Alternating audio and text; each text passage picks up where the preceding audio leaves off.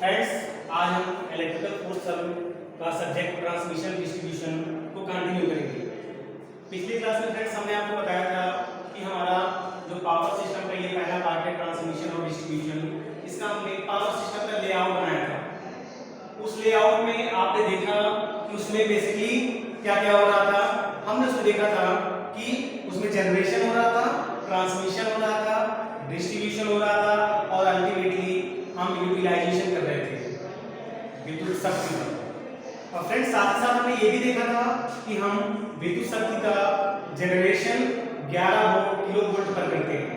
तो 11 किलोवोल्ट पर इसका उत्पादन किया जाता है और हमने वहां पे आपको बताया था कि हम इस वोल्टेज लेवल को स्टेप अप करते हैं, मींस बढ़ाते हैं, क्योंकि हम वहां पे हमने आपको बताया था कि अगली क्लास में हम आपको बताएंगे कि हायर वोल्टेज पर पावर ट्रांसमिशन के क्या क्या लाभ होंगे, इसको हम आज डिस्कस करेंगे। तो फ्रेंड्स, हम पिछली क्लास में थोड़ा एक बार रिवाइज करते हैं इसको क्लास को।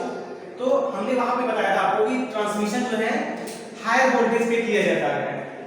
ठीक है फ्रेंड्स, तो हमने क्या किया, स्टेप अप ट्रांसफार्मर का यूज किया और हमने उच्च वोल्टेज पर पावर को ट्रांसमिट किया।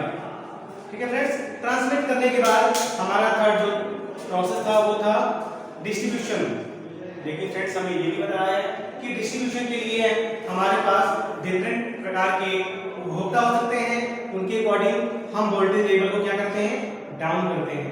अर्थात हम पुनः स्टेप डाउन ट्रांसफार्मर का यूज करके उच्च वोल्टेज को पहले दिन वोल्टेज में परिवर्तित करेंगे, फिर जैसे जिसकी जरूरत होगी उसके अकॉर्डिंग हम विद्युत शक्ति को क्या करेंगे, हम डिस्ट्रीब्यूट करेंगे।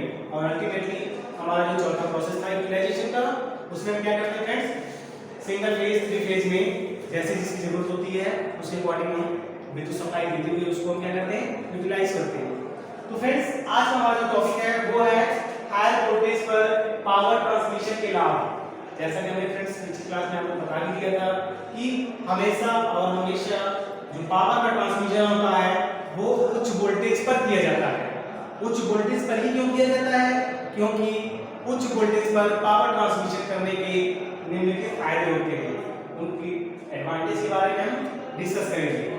फ्रेंड्स, अगर हमें एक स्थान से दूसरे स्थान तक पावर को ट्रांसमिट करना है तो हम किसकी मदद से करेंगे, ट्रांसमिशन लाइन की मदद से करेंगे। तो फ्रेंड्स, हम ट्रांसमिशन लाइन की मदद से करेंगे और क्या करना है, ट्रांसमिट पावर को हम फ्रेंड्स ट्रांसमिट करेंगे। एक निश्चित अगर पावर को, कांस्टेंट पावर को एक निश्चित दूरी तक ट्रांसमिट करने हेतु हमारे पास एक एक्सप्रेशन होता है I प्रोपोर्शनल टू 1/V। अगर फ्रेंड्स ये अगर हमारा P कांस्टेंट हो जाएगा तो जाहिर सी बात है V और I एक दूसरे के इनवर्सली प्रोपोर्शनल होंगे।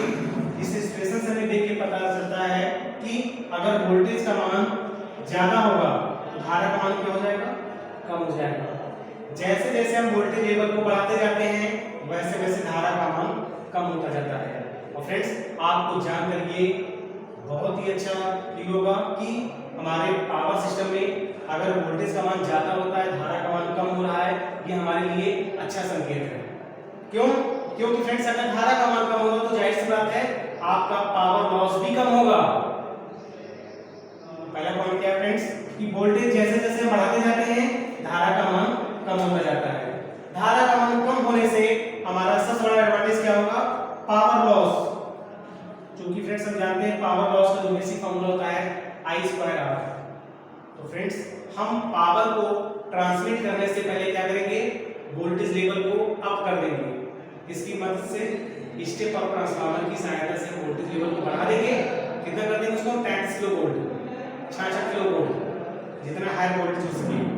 तो हायर वोल्टेज का हम करने के बाद अब पावर को ट्रांसमिट करेंगे।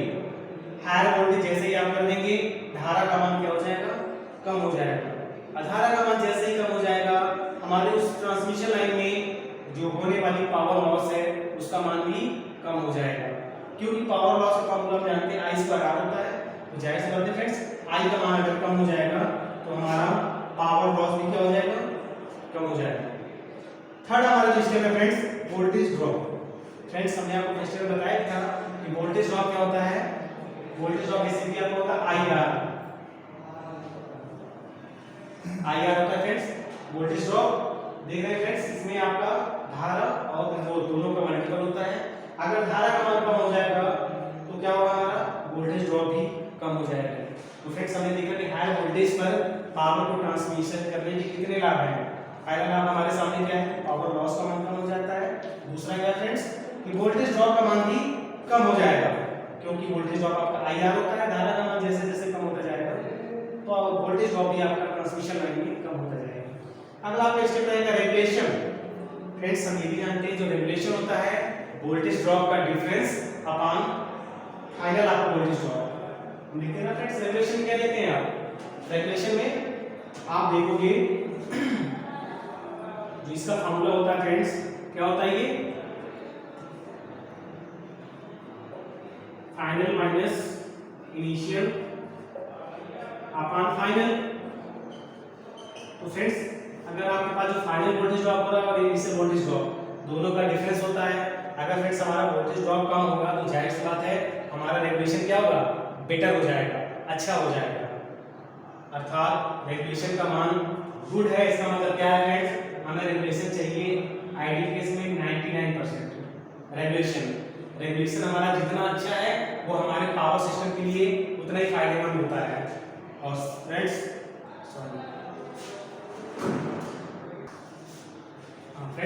अगर होता है रेगुलेशन का मान फ्रेंड्स इसका मान कम से कम होना चाहिए फ्रेंड्स, रेगुलेशन का मान जितना कम से कम हो सके 0.1 है और हमारे लिए अच्छी बात है।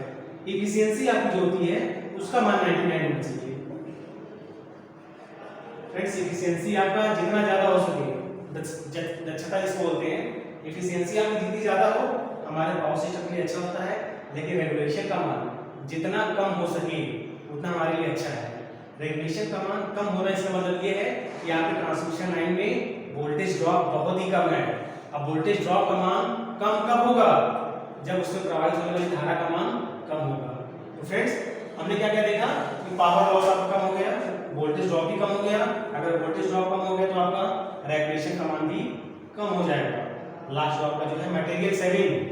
मटेरियल सेविंग कैसे करेंगे फ्रेंड्स, देखिए फ्रेंड्स हम जानते हैं कि पावर सिस्टम में प्रत्येक धारावाही चालक की एक अपनी क्षमता होती है, अर्थात प्रत्येक चालक एक निश्चित अमाउंट की धारा को वहन कर सकता है, कैरी कर सकता है। और ये फ्रेंड डिपेंड करेगा कि हमारा तार किस टाइप का है, कैसा है।